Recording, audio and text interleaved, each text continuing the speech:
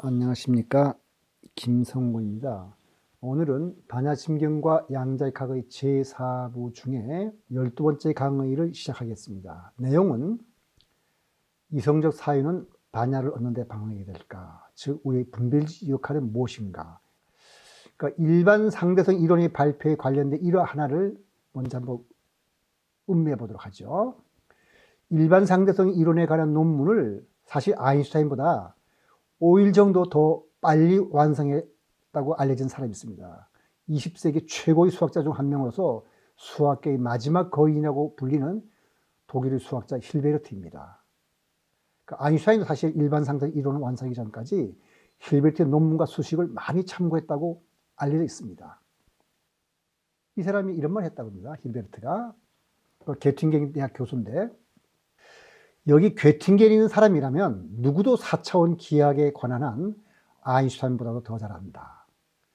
그러나 일반 상대성 이론을 완성한 사람은 수학자가 아니라 아인슈타인이다. 재밌는 말이죠. 일반 상대성 이론을 완성한 사람은 수학자가 아니라 아인슈타인이다. 왜 이런 말을 했을까요? 힐베르트는 순전히 수학적인 공식에만 의존해서 4차원적으로 공간이 휘어진다면 어떻게 된다는 것을 풀어나갔습니다. 그러나 그 물리적 의미에 대해서는 별다른 깨달음이 없었던 것이죠. 반면에 아인슈타인은 수학에는 약했지만 자신의 직관적 깨달음에 의해 공간의 기하학적 구조가 뜻하는 물리적 의미를 꿰뚫고 있었던 겁니다. 따라서 수학은 약하더라도 공간이 이렇게 휘어진다면 이런 일이 일어날 것을 알았던 건 거죠. 그래서 결국은 일반 상대성 이론의 발표자 또 완성자는 아인슈타인이라고 사람들이 인정을 한 것입니다.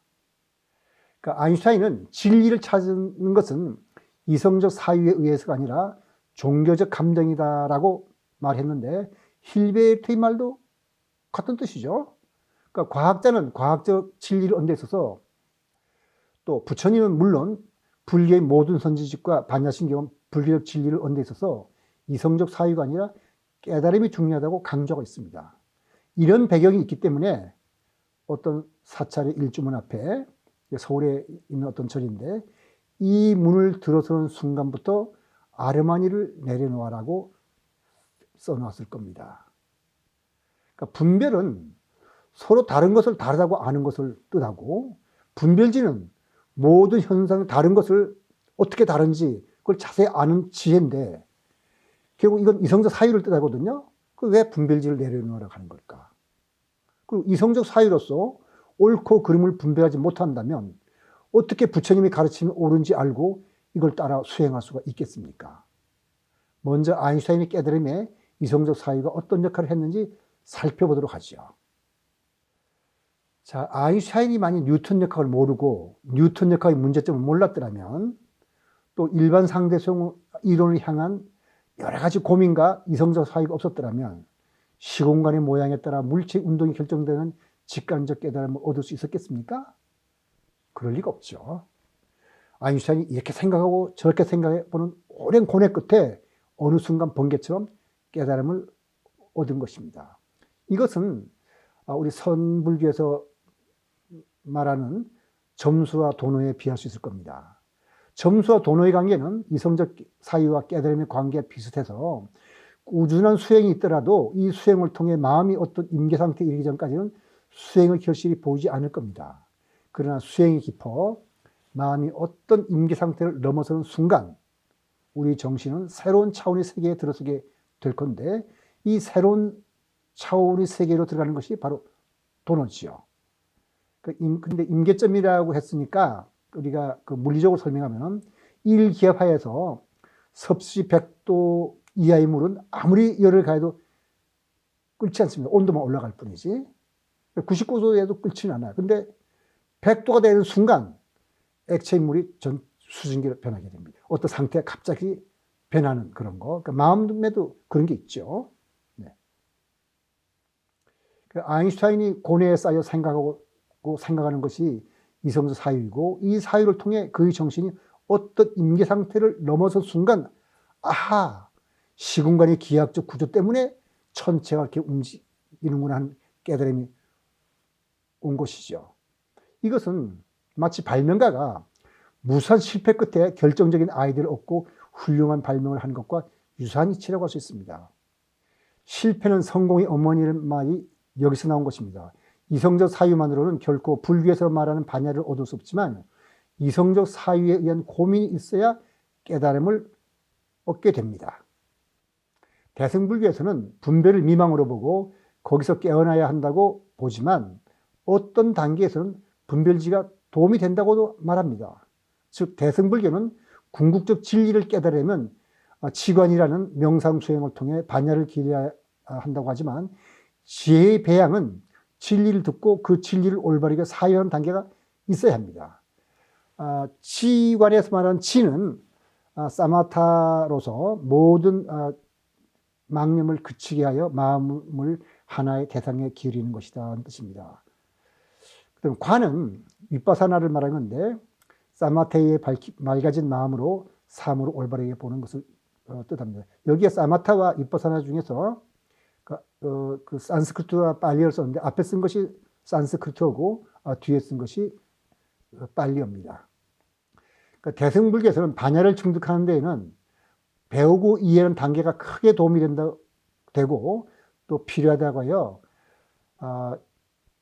다음에 말씀드린 세 가지 지혜를 말합니다. 문소성애, 이건 뭐냐면 들어서 얻는 지혜입니다. 그러니까 설법을 듣거나 가르침을 통해서 우리 학교에서 배우는 지혜 같은 거죠. 그리고 사소성애, 이성적 사육을 통해 얻는 지혜, 이건 스스로 생각해서 깨닫는 지혜죠. 그 다음에 수소성애, 지관을 통해 삼매 성취하는 지혜, 즉 반야를 말합니다. 그러니까 문소성애하고 사소성애는 이성적 사유와 관련이 있다면 수소성애는 이성적 사유로는 도달할 수 없고 직관을 통해서 얻을 수 있는 반야를 말하는 겁니다. 그러니까 진리에 이르기 위해서는 이성적 사고가 필요하지만 이성적 사유는 어디까지나 진리 형식적인 면, 즉 논리적 판단을 하는 데 그칩니다. 그런데 진리는 사실은 논리를 초월하거든요. 우리가 예를 들어서 말하면 이중성과 같은 것이 그렇고 중도와 같은 것이 그렇습니다. 그러니까 깨달은 내용을 범부에게 전하려면 문자와 언어로 표현할 수밖에 없습니다. 그러니까 불교를 종교라고 하는 것은 바로 불교가 이성적 사유의 중요성을 강조한다는 그런 뜻입니다. 영어 릴리전을 종교로 번역해가지고 종교의 뜻이 좀 이상해졌는데 원래 종교는 불교인들이 불교를 칭하는 이름이었습니다. 종은 말로 표현할 수 없는 반야로 직관한 진리를 뜻하고 교는 그 종을 말로 표현한 것을 뜻한 겁니다. 다시 말해서 반야로 직관한 진리가 달이라면 교는 달을 가리키는 손가락입니다. 비록 손가락이 진리인 달은 아니지만은 달을 가리키는 손가락 없이는 달이 어디 있는지 모르겠죠. 그런 식으로 반야와 이성적 사이는 서로 도와주는 관계가 있습니다. 그리고 더군다나 부처님은 분별의 대가예요. 불경 절체가 논리 정연하게 설한 가르침이지만은 쌍유따니까야 12품 2권에 보면 분별경 이런 데 있고 또 자바함경 제3권에는 분별경 1, 2, 3이 쭉 나오는데 여기서 분별의 경이라는 이름 아래 부처님이 아주 널리 정연하게 12연계의 오온에 대해서 설하고 있습니다. 즉 부처님이 깨달은 바를 이제 이성적 사유에 맞게 인간이 이해할 수 있는 방식으로 설명하는 거죠. 그러니까 논리적으로 설명하고 이성적 사유로 판단하지 못한다면 불교는 설 자리가 없을 겁니다. 그런데 왜 불교는 특히 대승불교는 곳곳에서 분별하지 말라고 하고 반야를 강조하는 것일까? 그러니까 한번 살펴보기로 합시다. 그러니까 분별은 바로 제6식의 작용입니다. 우리가 의식하면서 살아가는 세계는 바로 분별을 본 세계입니다. 그러니까 제6식의 사물인식 방식이 뭐냐면 실체론적인 거죠. 모든 것은 이렇게 실체가 있다. 여기 컵을 들었는데 이 컵이라는 실체가 있는 물체가 있다 생각하고 모든 걸 이분법적으로 봅니다. 이것과 이것 아닌 것으로. 그러니까 실체론이라는 것은 사물에는 실체가 있고 실제한다고 보는 것으로서 여기에서 나온 것이 유물론과 관념론 또 정신뭉치 이원론이라면 이분법은 모든 사물을 이것과 이것 아닌 것으로 분별해서 이것을 논리 바탕으로 삼습니다. 왜냐하면 이것과 이것 아닌 것은 서로 다른 거잖아요. 그렇게 분별하는 거죠. 그러니까 우리는 이성적으로 판단하는 것이 다 옳다고 믿지만 이성에는 한계가 있고 실체를 바탕으로 둔 이성적 사유는 궁극적인 깨달음을 얻는 데 방해가 됩니다. 예를 들면 이와 같은 겁니다. 부처님은 존재, 비존재, 상주, 단매를 떠나 중도를 설합니다. 그러니까 중도 이치는 논리적으로 양립할 수 없는 개념이거든요. 존재하면 존재하고 존재하지 않는 건데 부처님은 존재, 비존재를 떠나 중도를 취한다는 걸 이성적 사유로 어떻게 우리가 얻을 수 있겠어요? 그 다음에 공도 그렇죠. 양자역학을 통해서 우리가 사물의 실체 없음을 이해할 수 있습니다. 그러나 이치가 그렇다는 것을 수긍할 뿐 우리는 사물을 실제로는 실체론적으로 보고 집착에서 벗어나지 못하지요. 네. 그 다음에 이 이성의 한계를 수학적으로 증명한 유명한 수학적 정리가 있습니다. 소위 괴델의 불완전성 정리인데 그 불완전 정리는 두 가지가 있습니다. 제일 불완전성 정리라는 것은 수학의 공리체계가 완전하다면, 즉 수학의 공리체계가 모순이 없다면 이 공리체계 안에는 옳고 그름을 증명할 수 없는 명제가 적어도 하나는 이 공리체계는 존재한다. 다시 말해서 이성적 사유로서는 옳은지 그른지 판단 못하는 명제가 있다는 얘기죠. 두 번째, 정리는 수학의 공리체계가 완전하다면, 즉 모순이 없다면 이 공리체계에 아무런 모순이 없다는 사실을 이 공리체계만으로는 증명하는 것이 불가능하다. 즉 우리가 이성적 사유로서 뭐를 도달했다 하더라도 그 이성적 사유에 도달한 어떤 기본 가정만 갖고는 내가 도달한 것이 완전하다는 말을 할 수 없다. 이런 뜻이죠. 다시 한번 말씀드리지만 우리는 논리적으로 옳다고 판단하는 것이 다 옳다고 믿지만 이성에는 한계가 있고 끝까지 이성적 사유로만 접근한다면 궁극적인 깨달음을 얻는데 방해가 됩니다. 그러니까 괴델의 불완전성 정리는 수학의 공리가 옳다는 전제에서 출발하는데 공리가 옳다면 우리의 이성적 판단으로 옳고 그름을 판단할 수 없는 명제가 수학의 공리체계는 적어도 하나가 존재합니다. 그렇다면 수학적 공식을 기본 법칙으로 삼는 과학에도 그 불완전성 정리가 적용돼야 되겠죠?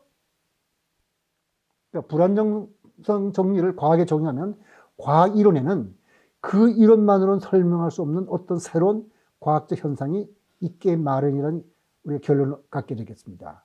그렇다면 우리의 사물 인식이 기본적으로 잘못되었다면 어떻게 될까? 그 사물에 실체가 없는데 실체가 있다고 보고 예를 들어서 유물론에 입각하여서 정신과 물질 현상을 설명하려 든다면 어딘가에서 허점이 드러나게 마련일 것입니다. 이것이 바로 반야심경에서 공을 강조하고 반야를 강조하는 이유입니다. 그래서 이성적 사유는 우리가 부처님의 법을 받아들이는데 꼭 필요하지만 궁극 진리는 반드시 반야로 직관하여야 합니다.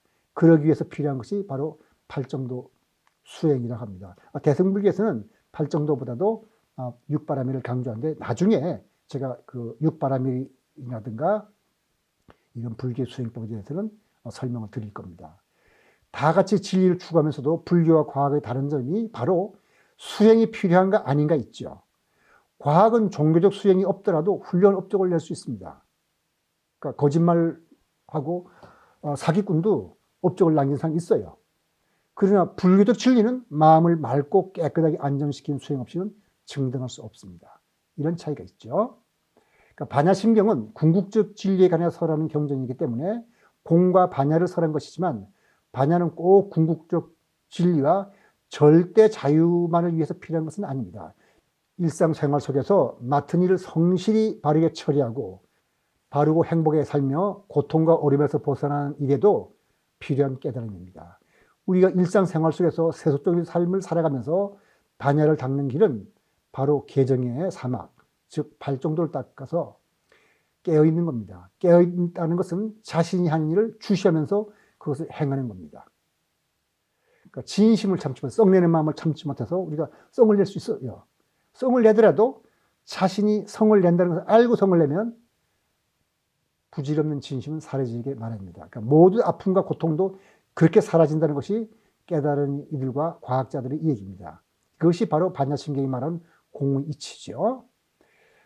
다음 13강부터는 물질계의 또 다른 측면인 시간과 공간의 의미에 대해서 살펴볼 것입니다. 지금까지는 물질의 실제성에 대해서 양자역학으로 고찰했다면 제13강부터는 당분간 상대성 이론을 중심으로 우주와 시공간에 대해서 살펴볼 예정입니다. 오늘 강의 여기서 마치도록 하겠습니다.